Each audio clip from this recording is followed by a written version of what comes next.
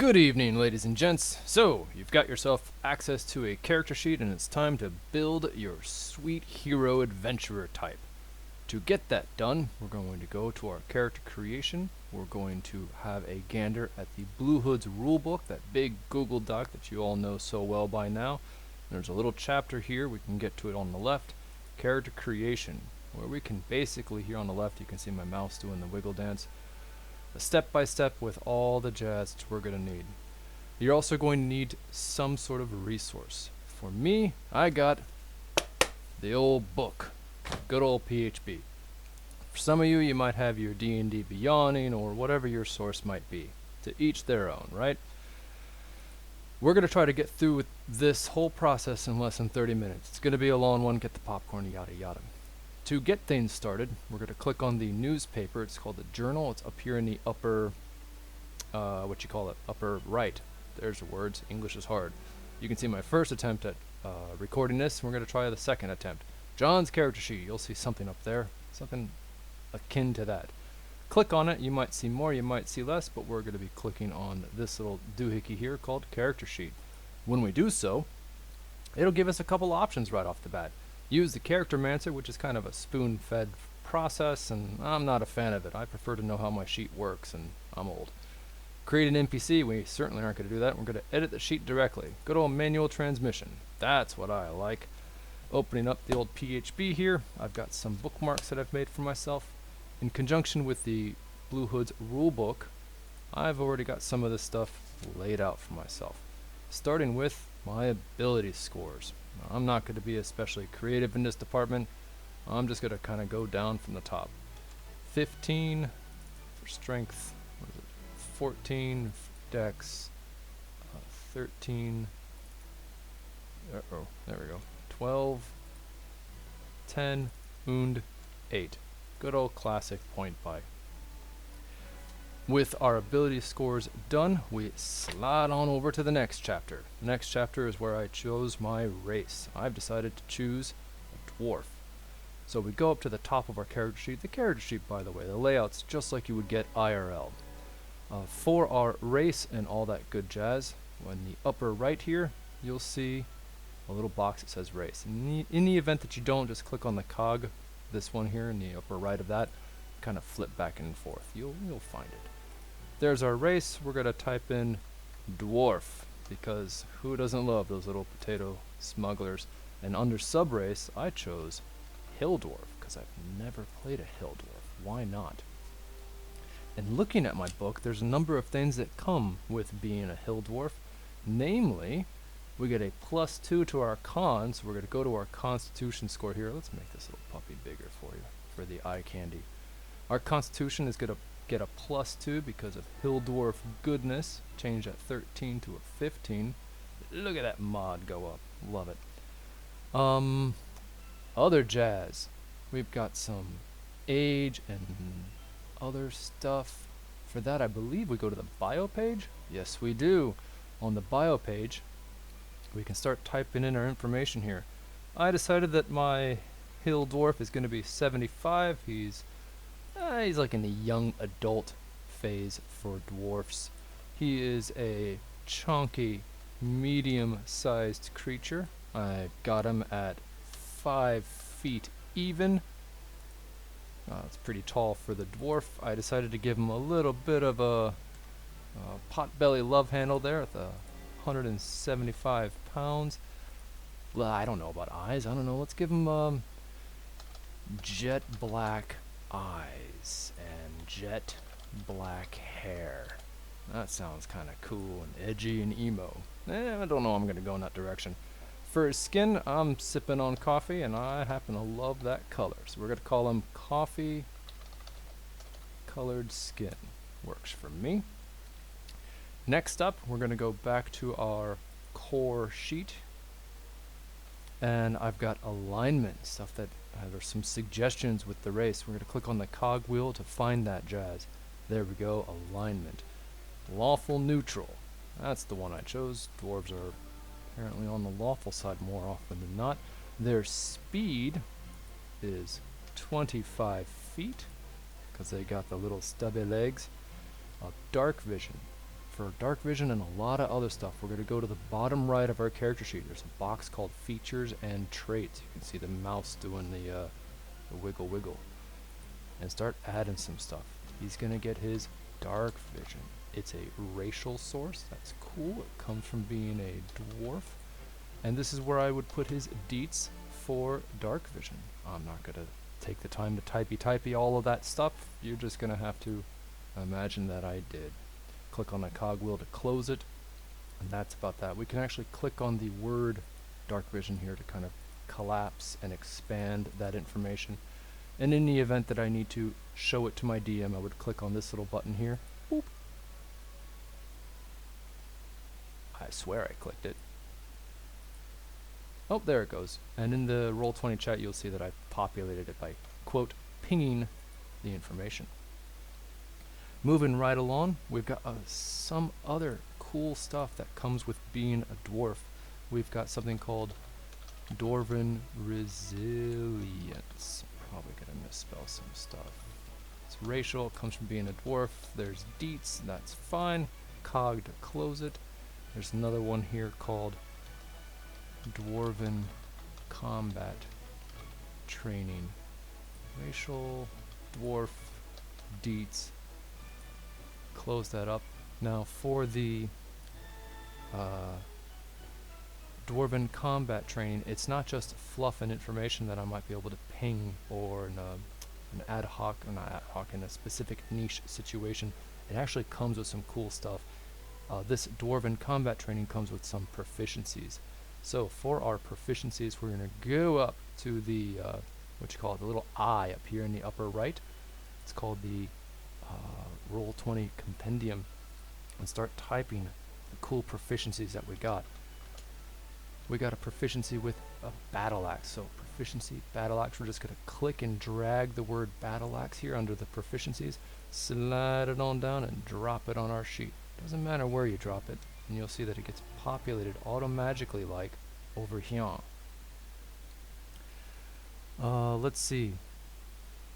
It comes with some other proficiencies, but you know, we're not going to do every single little thing. But this is how you add your proficiencies. I believe dwarves also probably get some sort of, where's their language jazz? Why did I not write this down? They get a number of tool proficiencies. Let's see, just one for kicks and giggles is Smith's Tools. Proficiencies, Smith's Tools. We'll drag that puppy over. They've got something called Stone Cunning. I would add that here. More information about dwarves specific to their intelligence and history and stones and yada yada. And languages, they get Common, Dwarvish, yada yada yada yada. Let's put in is it Dwarven or Dwarvish? Dwarvish is the name of the language. Every proficiencies in Dwarvish. Slide that little puppy over and it should pop up as a language. Cool beans. Now you remember that we chose a subrace hill dwarf.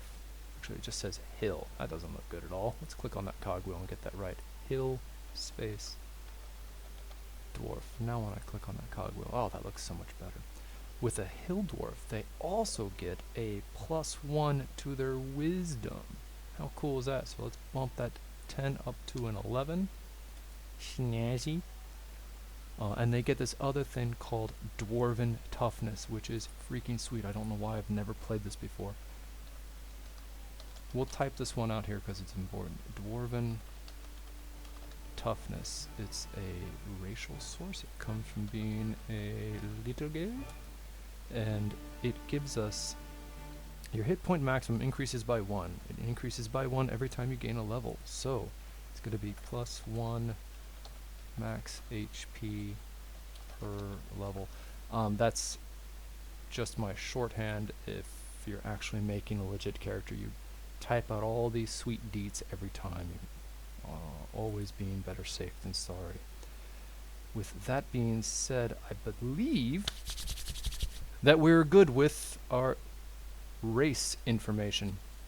Next up, I'm sliding down a chapter here in the PHP, and we've got the class. We're going to choose class fighter, because there's no more engaging class in the game. For our fighter, we can, oh, remember we start at level 2. Can do that right there in the upper right as well. And we're gonna have a bunch of jazz to add in regards to being a fighter. First off, down here to our features and traits, we've got our fighting, words are hard, fighting style, wow, spelling's difficult at 5 a.m., which is a class feature. It comes from fighter level 1, and we put in our deets there. The TLDR of the fighting style that I'm choosing here is called the defense fighting style, and it adds a +1 to our AC, which we will get to later. Then we've got our second wind. It comes from fighter 1, deets, yada yada, and action surge. Spelling, action surge. Kind of the fighter's bread and butter, if you will, and it comes from fighter 2. Put the deets there, just in case we need to ping it for our DMs or other players in game one day, and moving on. Going straight down the page here in the PHB, we see that a fighter has a hit die of a D10, and Roll20 has automatically done that for us. That's wonderful. And we can go ahead and calculate our our HP. HP for first level is max, so that would be the full 10 from our D10, plus our con modifier, 2, plus, don't forget that sweet hill dwarf thing. Where was it? Dwarven toughness. So for our first level, we would get 13. For second level, as per our Blue Hood's rulebook jazz, we take average. So half of our D10, that would be 5, plus con, plus cool dwarf jazz, turns it into a 9. 13 plus 9 equals, math is hard, 22. So we'll put 22 for our maximum HP and our current HP. We presently have 0 temporary health, that's fine. And we get a whole bunch of cool proficiencies that come with being a fighter. We're going to go back to our compendium up here and start typing out those proficiencies one at a time. We get shield proficiency. Find proficiencies and drag it on over. In fact, for fighters, they don't just get proficiency with shields, they actually get proficiency with all armor. So I'm just going to manually edit it by clicking on that cogwheel. And instead of just shields, I'm just going to write all armor and shields. So that just in case I need to explain to a DM that I happen to have all this jazz, I can give it a old clicky dad. Slide on over to our chat and it pings the information for everybody. Moving right back to our proficiencies and such, we get proficiencies with some weapons. Again, we're just going to do this manually because it's faster. Click on the little plus button here in the proficiencies and language section. It is a weapon proficiency that we're interested in, and it says simple, words are hard, and martial weapons.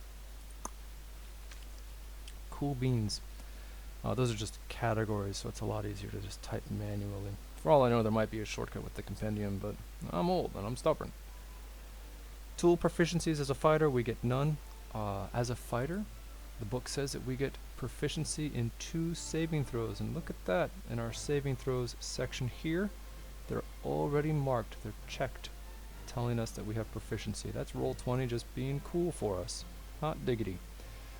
Under skills, we get to choose a couple, and I'm choosing animal handling per the class, because I want to smoothly coo the animals into the traps so that I might survive. Moving along, we get some cool starting equipment. For starting equipment, we're totally going to use the compendium up here. Starts with chainmail. So I just type chain, I find items, chainmail. click and drag. Now pay attention to our armor class. This is Roll20 being cool for us. Slide it on down, drop it, and it automatically bumped up. How sweet is that? So we've got chainmail added. We also get a battle axe. Not proficiency, we want the item. A regular battle axe. Drop that onto my sheet because I want this guy to be awesome. And when we drop an item on a weapon, check it out. Not only does it add the equipment that we add and its weight, because weight is important, guys, it also populates our attacks and spell casting area, which is super snazzy. So maybe my dwarf swings his battle axe with one hand, click it, check your chat, and you'll see what numbers he rolled and yada yada. Cool stuff, so nice. Added a chainmail, added our battle axe. He gets a not a shield, I don't know what that is. He also gets a shield. Ooh, animated shield, that'd be cool. Regular old classic shield. And he gets a couple of hand axes. Is it one word or two? It's one. He gets two of them. They're kind of a cool thrown weapon, so we're just going to drag two of these on there. You'll see that it populates the attacks and spell casting area as usual. Populates our equipment, adds all the weight for us, which is important. And there's one other thing that the fighter class gives us. It's called the you can choose, I think, Explorer's Pack or Dungeoneer's Pack. And I don't think... Wow, will that actually work? I don't know, let's experiment. This is me trying a new thing. Drop that on there. Nah, it didn't. What a bummer. Alright, we need to delete this item because it's Garbaggio. We click on the little cogwheel here. You see there's a little trash can red button. Click that, it disappears. Click the lock again and we go back to normal. So the Dungeoneer's Pack is actually a list of items. The first item is a backpack, because what adventurer would be complete without a backpack? Find it, grab it, drop it onto our sheet, populates it, and there's a bunch of other items. The next one is a crowbar, so we'll just do one more of these, drop it on the sheet, and you do this for all the other items, just like we've been doing for everything else. And that is our fighter class. Now, if you remember, there was something really cool about being a hill dwarf, and it was oh no, it wasn't about being a hill dwarf, it was our fighting style. If you recall, I wanted to choose the fighting style called defense. The defense fighting style adds a +1 to our AC as long as we have armor. Well, we have chainmail and we have a shield, so that totally qualifies. So I'm going to take my AC and I'm just going to manually update it by 1. Boop. And now my little potato smuggler is super well armored. Speaking of potato smuggling, let's slide on over to our next chapter, the background. For our background, I've decided that he's going to legitly be a smuggler. And there happens to be a background called criminal. And specifically a smuggler. So I'm going to type that in here in background. And there's a couple of other cool things that come with this particular background, as there is with every background. We get proficiencies in deception and stealth, so we'll go to our skills, put a check in deception, put a check in stealth. Not that I expect to be using stealth with heavy armor. We get proficiencies in a gaming set. Let's just choose I don't know, is Dragon Chess a thing that... Dragon Chess, 1 word, 2 word? I'll be darned. There's our gaming set, we'll slide that on there. And we get proficiency in Thieves' Tools as well. Proficiency, Thieves' Tools, slide that on there. Now the astute among us might recognize that our tool proficiencies have a bunch of question marks. That's as we like it, because sometimes you're going to use, I don't know, your smith's tools with raw strength. Sometimes it might be a dexterity type thing. It depends on the situation. So we keep those in the default question status. Moving on, the background that we chose, criminal, gives us a couple of cool items. First item on the list is a second crowbar. No idea why my dwarf needs two, but whatever. And we'd go through all the items there, and that list ends with the dwarf getting 15 starting gold. How fancy pants is that? So we're going to go to the GP section of our sheet. It's just above the equipment, and type 15 GP. Click away from it so it populates the data. And you can see our equipment weight goes up, yada yada. Specialty, ooh, that's the thing. Specialty from our class. We're a smuggler. I've decided that he's going to be a professional truffle smuggler because he likes mushrooms. Why not? Oh, this is also where we're going to add our feature. There is a cool feature called criminal contact. It comes from our background. Our background is criminal. We'd put our deets for what exactly that is. Close it on up. Your background is also where you're going to kind of copy paste all your cool personality traits, your ideals, your bonds, and your flaws. With that being said, we are just about done with our character. I'm going to close my PHB, have a quick little look-see over all of this jazz. It all looks good to me. Because we are organized, boys and girls, we're going to click on our bio page and we're going to remind ourselves to keep a log of our games. We've got the date, we've got the DM, we've got the mission name, for lack of a better word. We've got pips and gold, and we've got extras. So for example's sake, we can say that on February 8, we played a game with Miss Nix. I pressed the tab. Mistakes were made. We played a game with Miss Nix. It was called, I don't know, The Mesh is Willing. We got +2 pips and 500 GP, just for examples, and a sweet Vorpal sword. Just kidding, but you know, you never know. Point is, you're going to keep a running log of what games you play, just in case something goes wonky on our server, or you know, better safe than sorry. Keep a running log. Making sure I've got all that jazz there.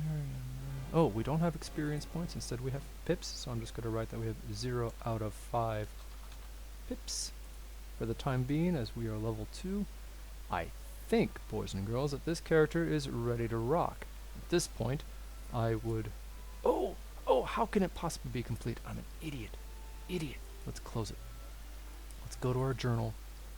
Let's click it, and the most important thing, the freaking sweet token art.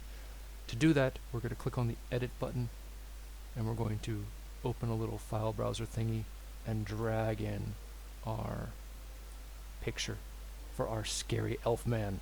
Elf? Dwarf. Ugh. That's a mistake that's going to grab someone the wrong way. That's an intimidating looking dwarf.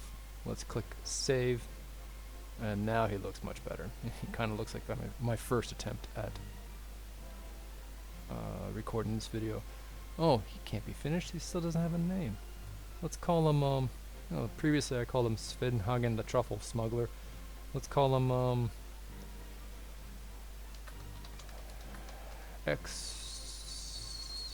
Extapol,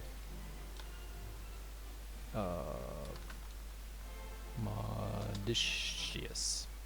No idea. Making it up on the fly here. Now, I think we're ready to rock. You would close this, go to your Discord, do the whole sheet approval bit. There's a video on how to get your character approved, and the person who is going to comb through your sheet might come back to you and say, hey, you forgot to put the hit dice in the box, like I did. So whatever the mistakes or missing information might be, you just work back and forth and you get it done. For all I know, this character is ready to rock, or for all I know, he's got a lot of problems. We'll see. Obviously, all this shorthand is not going to fly. Now the astute among you might be thinking, dude, you just made a freaking fighter. It's so easy. But what about spells? Spells are complex, that's true.